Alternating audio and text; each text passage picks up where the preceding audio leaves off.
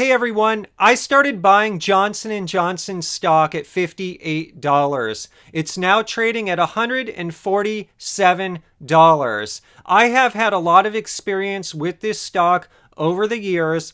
I want to share with you today my total returns. My total returns with all dividends reinvested. I want to share my experience as a dividend investor with Johnson & Johnson stock. This segment was actually inspired by a subscriber question, so thank you for that question. Also in today's video, I want to share my September 2020 dividend stock investing strategy. A lot is going on in my mind. I'm thinking about a lot lately because we're in really unprecedented times right now where the stock market is just flourishing. It is just surging in value. And I want to share with you what I think about this as a dividend stock investor. I know it's been a while. Thank you everyone for waiting for today's video. I'm so excited to be here. Let's get started with another dividend stock investing video.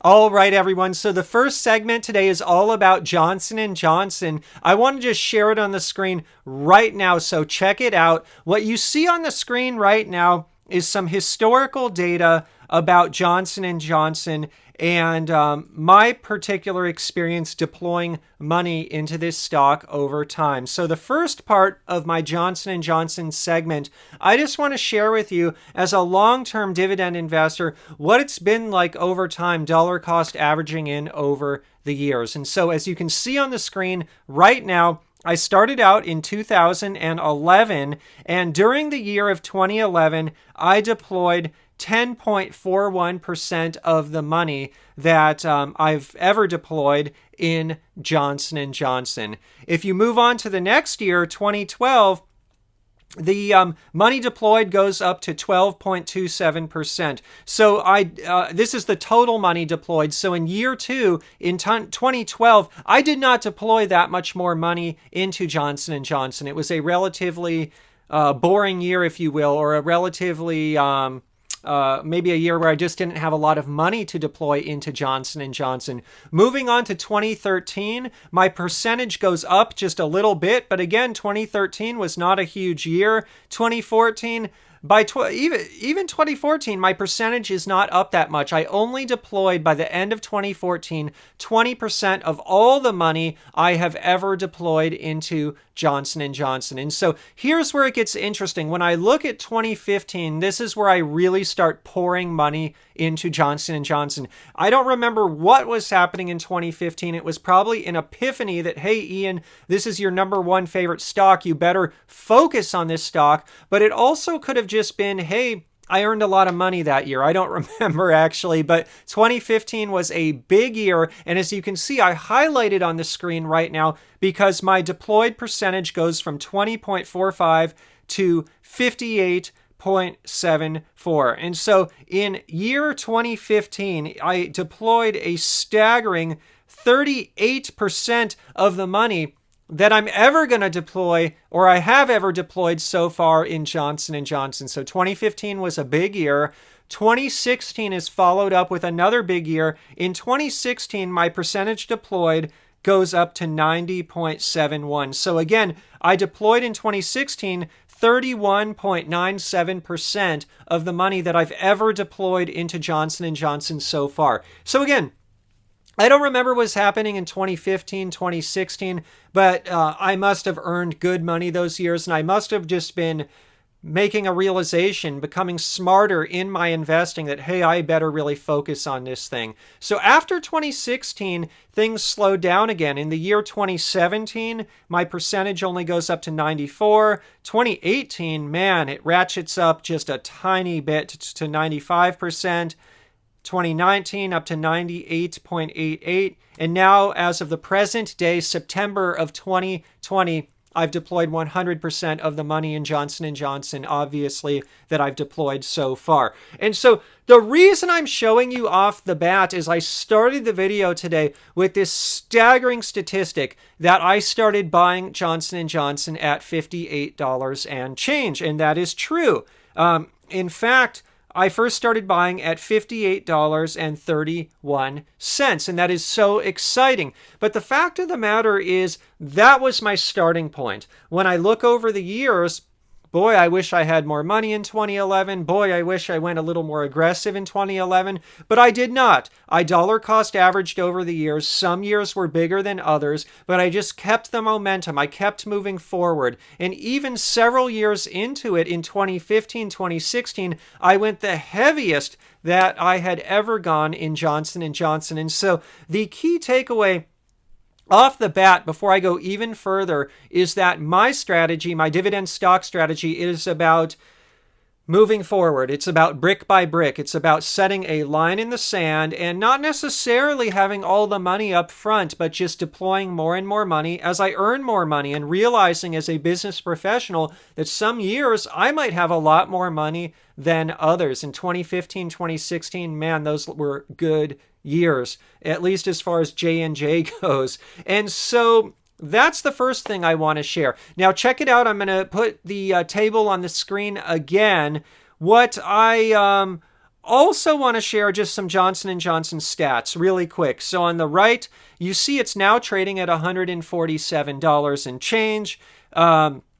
In fact, I'm probably going to buy more Johnson & Johnson next week. I really like this. As far as this market goes right now, it's an overvalued stock market. It's very richly valued. It's very difficult for a long-term dividend investor, value investor like myself to deploy money because I'm not buying value, but I do keep deploying money just because that's what I do.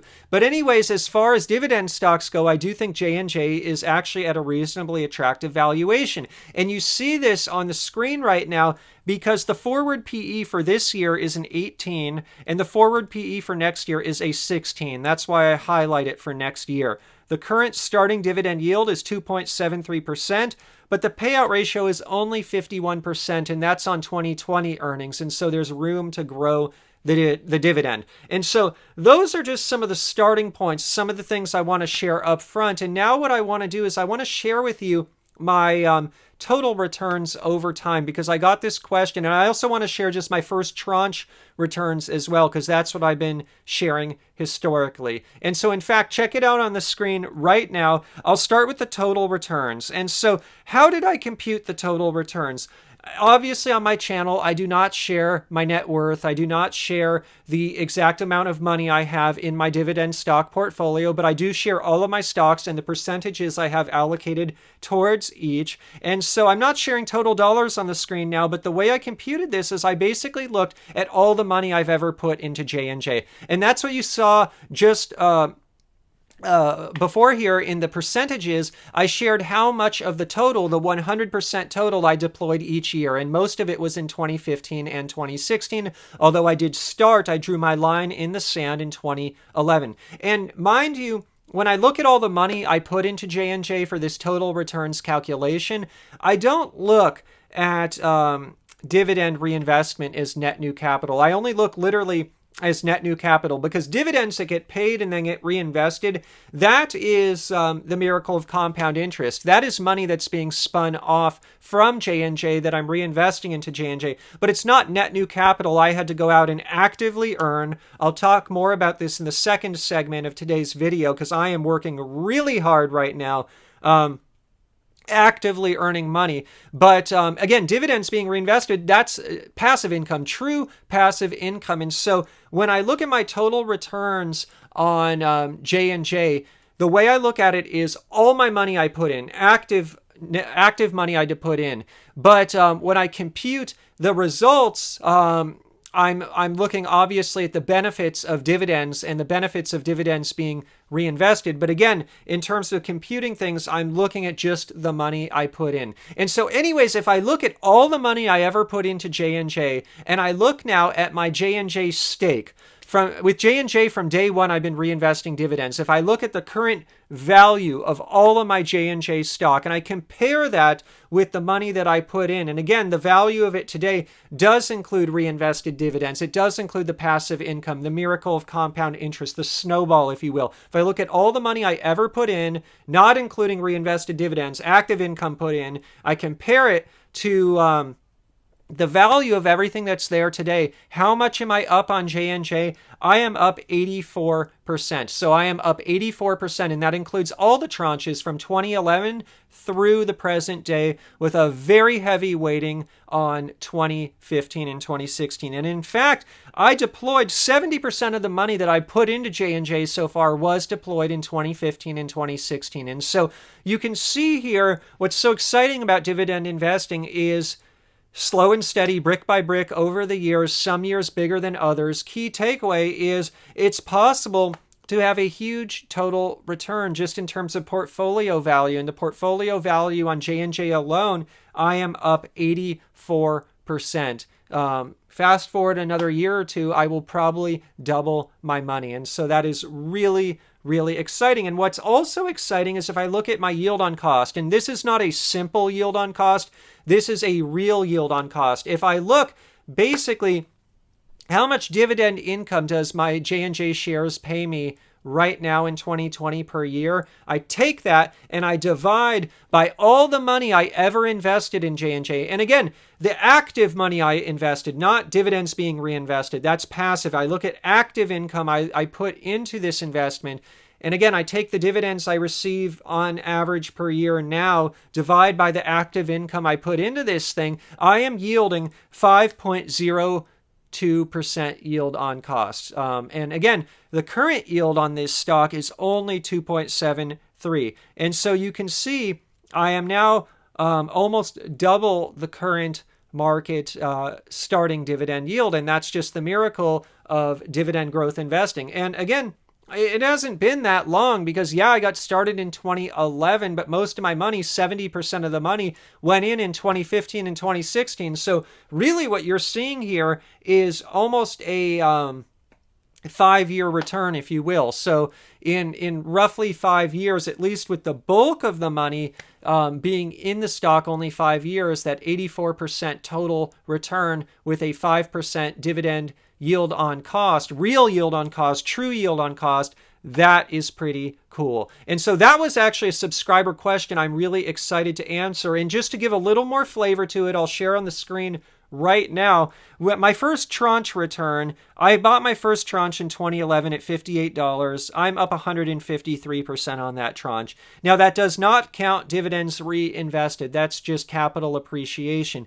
And that first tranche yield on cost, simple yield on cost, not counting dividends reinvested, is a 6.9%. So obviously, I wish day one back in 2011, I went all out and I put 100% of my money in J&J that I ever had to deploy in J&J at that time. But we all know that's not how life works. The way life works is we all earn money each month, each year. Some years we earn more, some years we earn less. Some years, quite frankly, we have more expenses. You know, maybe one year we buy a house or a new car, or there's a large medical expense, or something comes up, the roof is leaking, the roof needs to be replaced. There are things that come up in life. And so even in a year where maybe someone earns a record amount, if their living expenses are high that year, there's not much left to deploy. And so what you're really seeing here at this case study, the reason I'm sharing it is it's real life playing out, real life investing. No one has 100% of the money, or very few people have 100% of the money to deploy day one. But brick by brick, over the years, slow and steady, that's how I approach dividend stock investing. It's worked so well, and now you see before your eyes my J&J case study. So I hope you enjoyed that. With that, I'm going to move on to segment 2. I want to give a few high-level thoughts on the stock market and what I am thinking about the stock market right now in September. And so before I even get to that, let me just give you the backdrop. recently, if you're following me on Instagram, thank you, shout out. You'll see I posted a photo there in my Instagram stories about how I badly sprained my ankle. I ended up in the emergency room recently. It was painful. Thankfully, it's been a few weeks now and it's starting to heal. I can see the light at the end of the tunnel. Thankfully, I did not break any bones, but when I sprained it, I sure heard a lot of snapping and cracking, and it was not good. It was very painful. Anyways, how did that come to that? How did I arrive at that? You know how I arrived at that? It's 2020. I think a lot of you probably feel that vibe. It's 2020 and we've got the pandemic. I'm in California right now. We've got this awful smoke in the air. Oh my goodness, with these wildfires, my heart goes out to anyone affected by the wildfires. And just the smoke we're breathing in on a daily basis, it's tough. But shout out Honeywell. I got 2 Honeywell air purifiers running around the clock in the house right now. I love Honeywell. I'll probably buy more Honeywell just because Honeywell's keeping me and my family safe right now during these wildfires. But anyways, it's 2020. We got all this stuff going on. And so what I also have going on, though, in my personal life is I've been building a business since 2017. It's a self-storage facility. It opened for business recently, and I've been working around the clock bringing it to market. And you want to learn more about that, check out my Twitter. I shared a tweet about it there, or my private Facebook group. I had some info in there about it too. But anyways, I've been working my heart out, and I kind of arrived at the point where I was working too hard. I was trying to film a video for the facility on site, and my video equipment was falling over, and rather than just let it fall down, I went for it, grabbed it, saved it, but at the expense of my ankle. Anyways, the reason I'm bringing this up is it kind of sets a backdrop. Why do I invest in dividends? Don't get me wrong. I love my job. I love my business. I love what I do. It is fun. It's exciting. I'm glad I'm at the age I'm at because I have the energy I need to pull something like this off. But I can see in the long run, as I get older, as the years pass, the kind of energy I'm investing right now in my career, it's totally worth it now, and I love it. It's a lot of fun. But I may not flat out have that kind of energy later in life. Man, I sure hope I do. But we all know that as we get older, things change just with our bodies, with our energy, etc. And so this whole experience, this backdrop of 2020 has really solidified my love for dividend investing because it's true passive income. So I'm going to share on the screen right now. I'm going to actually start with that. I just been thinking about a few thoughts lately, and my life, it's very active right now. I've been working since 2017 on what I'm doing right now with the business, and I'm so excited about that. But it also has solidified with me everything I'm doing with dividends as well, because dividends, they're true passive income. And I want to share the simplicity of dividend stocks because life is complex. I'll tell you an example right now. I have a nice car. I really love my car, and I keep it in good condition. I had just washed it literally 2 days ago, and with all the ash falling from the sky, I ain't gonna let that sit on my car. And so anyways, washed it again today, covered the car as soon as I washed it. But I just washed it 2 days ago, and mind you, when I wash a car, it's not like, oh, half hour, you're done. No, it's 2 hours. That doesn't even include waxing and all that, which I didn't do. I'm a perfectionist. But what I'm trying to say is, that's not simple. That's complex. Life is complex. That's just one element of my life. There's so many elements of my life that are complex. And so this concept lately of the simplicity of dividends has really intrigued me. And so I started thinking, check it out. Dividends, it's really 100% passive. There's no work other than the upfront investment that we all do to select our stocks. Look, when I own a stock like Johnson & Johnson that I just discussed, I never have to look at another quarterly report again. I never have to look at another press release again. I don't have to look at, oh, they got a lawsuit against them again. I don't care. At this point, I am comfortable doubling, tripling the size of the position I have in J&J from here, 5xing it, 10xing it, without looking at another piece of due diligence for the rest of my life. I'm just saying, a lot of people out there, they may disagree with me, But that's just how I am. I've paid my dues. I put my time. I've done my research. I did the upfront work. At this time, I can this is my biggest stock, by the way. I don't mind 10xing it here without ever looking at another piece of paper about it, another report about it again. Now, I do look at the reports largely because of this channel, also just because I love what I do. But I'm just saying this is truly, truly passive, and it's simple. You buy it. It pays you money, and it pays you more and more money over time, and that money compounds in many ways. It compounds when I deploy more into it. It compounds when they raise their dividend each year, and it compounds when I reinvest dividends. And if I do all three, it compounds like crazy, like you saw in the case study I shared today. But check it out. With dividends, you don't have a boss. There's no one to answer to. When you have dividends, there's no business partners. Like, yeah, you have business partners because there's other shareholders, but you don't need to talk to your business partners. They're kind of silent business partners, if you will. There's no clients. Look, J&J deals with the clients. The shareholder, it's completely frictionless. There's no person-to-person contact with the clients. And so there's no investors. You are the investor. There's no meetings to deal with, no Zoom meetings to deal with. There's no commute. And so all I'm trying to say, and I'm not trying to put down those things, by the way. I love a lot of these things. I love working with clients. I love working with business partners, my boss, this and that, all of that. It's fun. It's good. But at the same time, it's not fully scalable, especially over the years, especially at the intensity I'm going at now. Now, the intensity I'm going at now, I love it. I respect it. It's fun. I'm learning new things.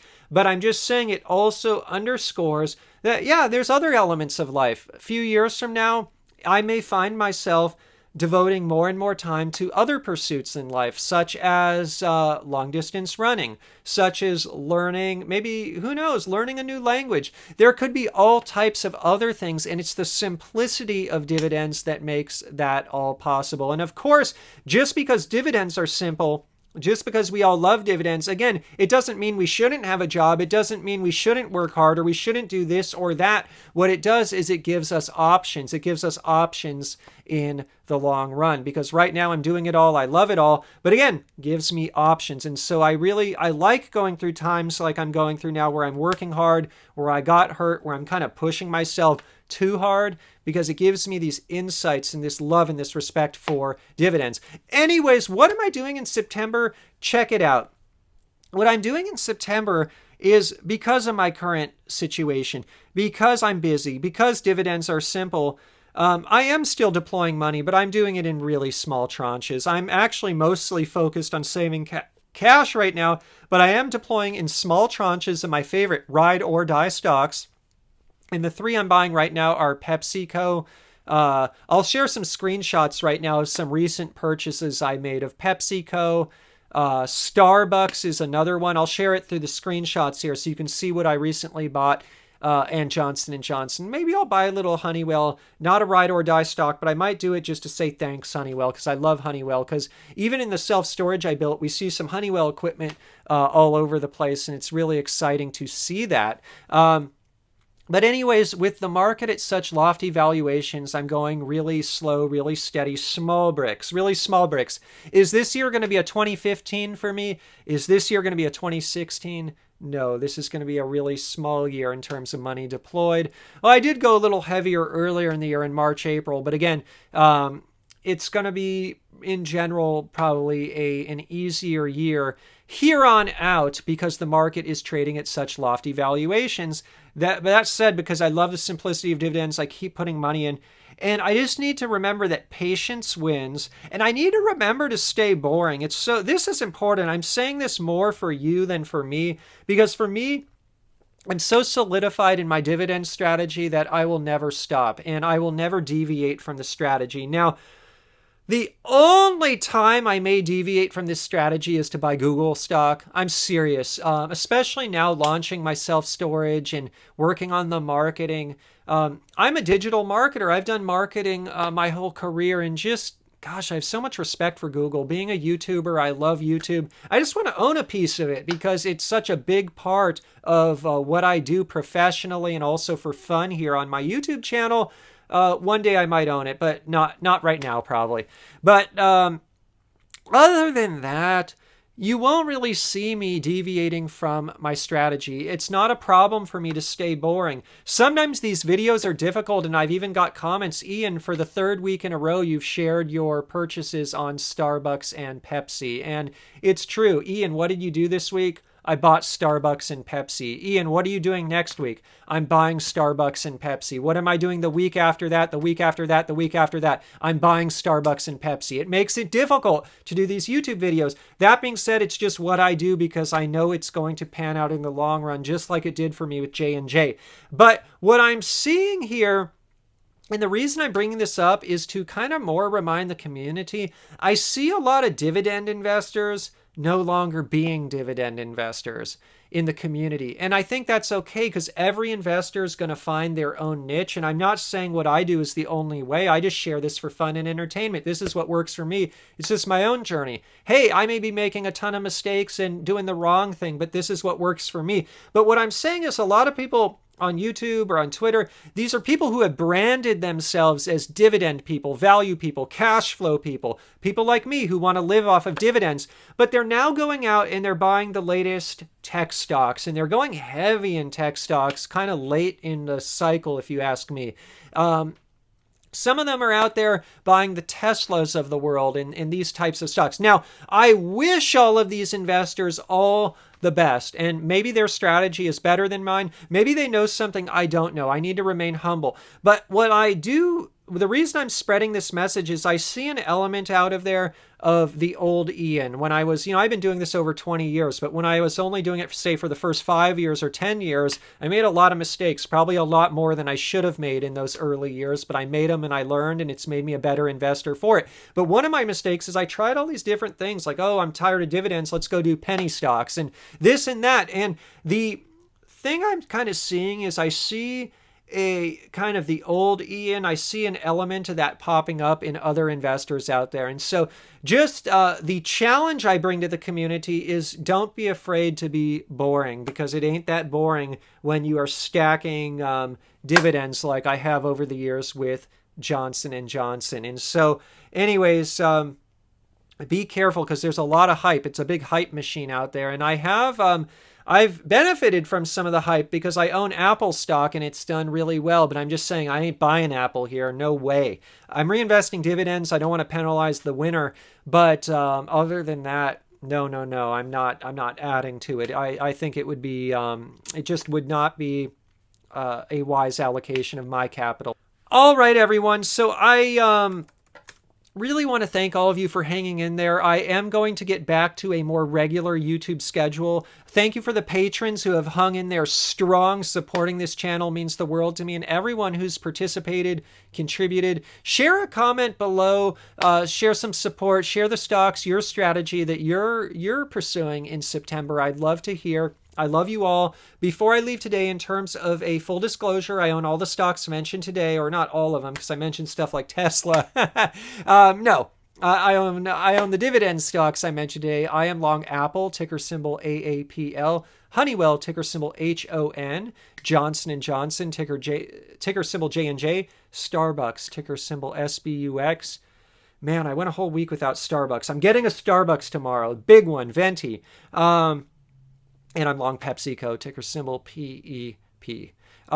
Before I leave today, in terms of a friendly disclaimer, I'm not a licensed investment advisor. Today's video is not investment advice. Today's video is just for your fun and entertainment. If you're going to go out and invest in the stock market, please consult a licensed financial advisor first. Literally just sharing my personal journey here on YouTube, and it is possible to lose a ton of money in the stock market, especially in my opinion right now in 2020, where the market is just hockey sticking up and it's hard to find any value other than a few stocks here and there, like my beloved Johnson & Johnson.